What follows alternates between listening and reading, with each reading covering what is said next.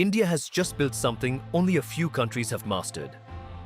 DRDO's Gas Turbine Research Establishment has developed India's first indigenous expendable turbojet engine in the 350 kilogram thrust class. The engine was designed by Gas Turbine Research Establishment and manufactured and assembled in India by Hyderabad-based Azad Engineering.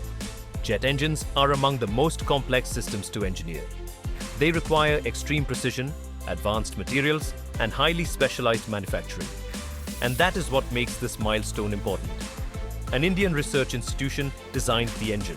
Indian industry turned that design into a complete working system. It is another sign of India moving beyond manufacturing individual components to building complex, high-value aerospace technologies at home. From design to advanced manufacturing, this is Indian engineering going deeper into technologies that are difficult to build and strategically important to master.